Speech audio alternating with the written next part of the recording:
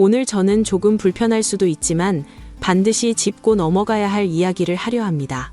바로 최근 연예계를 뜨겁게 달구고 있는 전현무 씨에 관한 이야기입니다. 먼저 분명히 말씀드립니다만 저는 전현무 씨 개인에게 그 어떤 사적인 악감정도 가지고 있지 않습니다. 일면식도 없는 사이인데 제가 그분을 이유 없이 미워할 까닭이 무엇이겠습니까? 하지만 제가 유튜버로서 그리고 대중의 한 사람으로서 도저히 묵과할 수 없는 지점이 하나 있습니다. 그것은 바로 왜 유독 전현무 씨에게만 이토록 관대한 잣대가 적용되는가 하는 의문입니다. 다른 연예인들이 비슷한 논란에 휩싸였을 때 보여주었던 언론의 가혹한 태도와 비교해보면 이번 사건을 다루는 기자들의 논조는 기이할 정도로 온정적입니다. 많은 유튜버들이 침묵하거나 차마 건드리지 못하는 이 불편한 진실. 오늘 저는 언론이 어떻게 교묘하게 프레임을 짜고 시청자들의 눈과 귀를 가리고 있는지, 그리고 그 뒤에 숨은 본질은 무엇인지 낱낱이 파헤쳐 드리겠습니다. 사건의 발단이 된 2026년 1월의 진단서 공개 시점으로 돌아가 봅시다. 전현무 씨 측이 전격적으로 진단서를 공개했을 때 언론의 반응을 기억하십니까? 마치 약속이라도 한 듯 전현무 진단서 전격 공개로 의혹, 말끔히 해소 이렇게까지 해야 했나라는 식의 기사들이 포털 사이트를 뒤덮었습니다. 여기서 언론들이 사용한 가장 강력한 무기는 바로 양념질이라고 부를 수 있는 감성팔이 전략이었습니다. 그들은 기사 제목에 은밀한 약까지 공개했다. 얼마나 억울했으면이라는 문구를 적극적으로 배치했습니다. 저는 이 지점에서 소속사와 언론 사이에 어떤 교감이 있었던 것은 아닌지 합리적인 의심을 지울 수가 없습니다. 심지어 기사 내용조차 지나치게 상세하고 선정적이었습니다. 진단서 하단에 비급여 항목으로 적힌 엠빅스 100이라는 약품명. 언론은 친절하게도 의사의 인터뷰까지 인용하며 이 약은 발기부전 치료 보조제이며 성관계 1시간 전에 복용해야 효과가 있다는 민망한 설명까지 덧붙였습니다.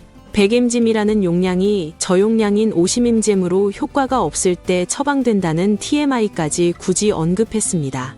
이것은 대중의 관음증을 자극하여 클릭수를 유도하려는 얄팍한 상술인 동시에 고도의 계산된 전략입니다. 남성으로서 가장 감추고 싶은 치부인 발기부전 사실까지 공개했다는 사실을 강조함으로써 대중으로 하여금 오죽 억울했으면 저런 것까지 밝혔을까라는 동정심을 갖게 만드는 것입니다. 이러한 동정 여론 뒤에 숨어 정작 우리가 따져봐야 할 본질적인 의혹들은 연기처럼 사라져버렸습니다. 자, 이제 냉정하게 진단서를 다시 들여다봅시다.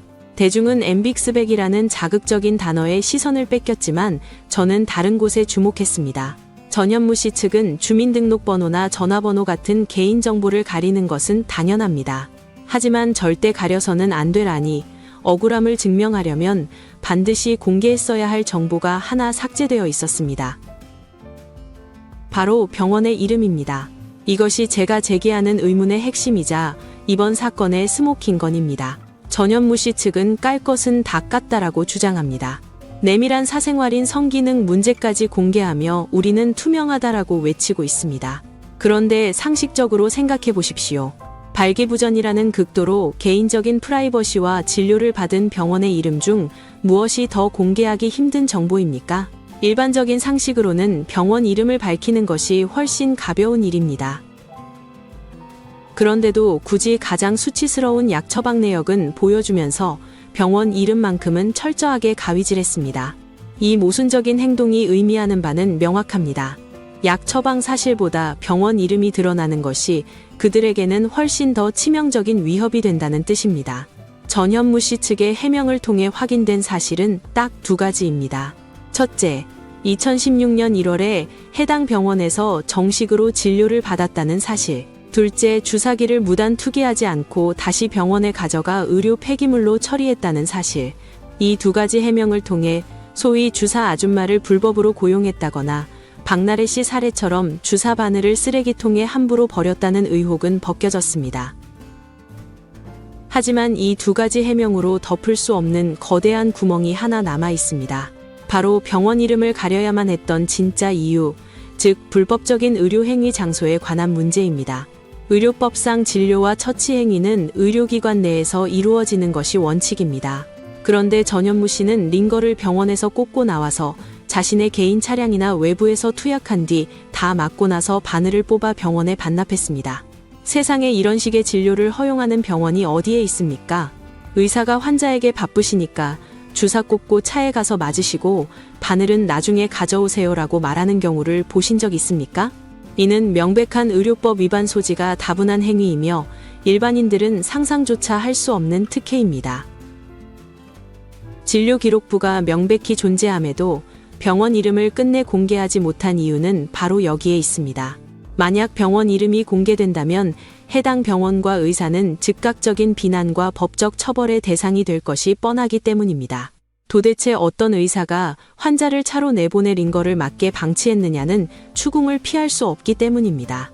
전현무 씨 측은 외부에서의 의료 행위가 불법인지 몰랐다라고 변명할지 모릅니다. 대한의사협회조차 차량 내 링거 시술은 위법이 맞다라고 유권 해석을 내놓았고 홍보를 강화하겠다고 했습니다. 하지만 이걸 몰랐다는 것이 말이 됩니까? 대한민국 국민 중에 병원 밖에서 링거를 맞는 것이 정상이라고 생각하는 사람은 단 한 명도 없습니다. 오직 특권 의식에 젖은 일부 연예인들만이 그것을 관행이라 착각하고 있을 뿐입니다. 그렇다면 이 불법적인 편의는 누구의 제안이었을까요? 의사가 자진해서 자신의 면허를 걸고 불법을 제안했을 가능성은 제로에 가깝습니다. 결국 가능성은 두 가지입니다. 전현무 씨 측이 바쁜 스케줄이나 사생활 보호를 핑계로 차에서 맞게 해달라고 강력히 요구했고 의사가 어쩔 수 없이 들어주었거나 아니면 의사가 VIP 고객 유치를 위해 과잉 충성을 했거나 저는 전자의 가능성을 90% 이상으로 봅니다. 현행 의료법상 불법 의료 행위를 요구한 환자 본인을 처벌하는 조항은 미비합니다. 주로 의료 행위를 한 의료인에게 처벌이 집중된다는 법의 맹점을 그들은 너무나 잘 알고 있었을 것입니다. 전현무 씨는 자신의 편의를 위해 의사에게 불법을 종용해 놓고 문제가 터지자 나는 몰랐다며 빠져나가려 하고 있습니다. 그리고 그 과정에서 의사나 병원이 폭로할지 모르는 추가적인 진실을 막기 위해 병원 이름을 가리는 거래 혹은 은폐를 시도한 것은 아닐까요? 결국 이번 진단서 공개쇼는 대중의 눈을 속이는 고도의 마술과도 같았습니다. 그들은 발기부전이라는 자극적인 소재를 미끼로 던져 대중의 시선을 사로잡고 그 틈을 타 자신들의 진짜 잘못인 특권의식과 의료법 위반의 공모 사실을 슬그머니 감추었습니다. 발기부전까지 공개했는데 병원 이름 따위가 무슨 대수냐라고 생각하게 만드는 것, 이것이 바로 그들이 노린 프레임입니다. 하지만 우리는 속지 말아야 합니다.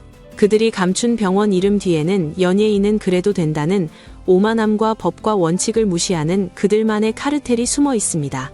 화려한 언론 플레이에 현혹되지 않고 가려진 팩트 뒤에 숨은 진실을 꿰뚫어보는 해안이 필요한 시점입니다.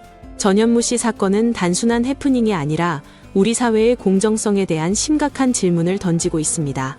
오늘의 심층 분석이 여러분의 판단에 도움이 되셨기를 바라며 저는 다음 시간에도 그들이 감추려 하는 진실을 들고 찾아오겠습니다. 긴 영상 끝까지 시청해주셔서 대단히 감사합니다.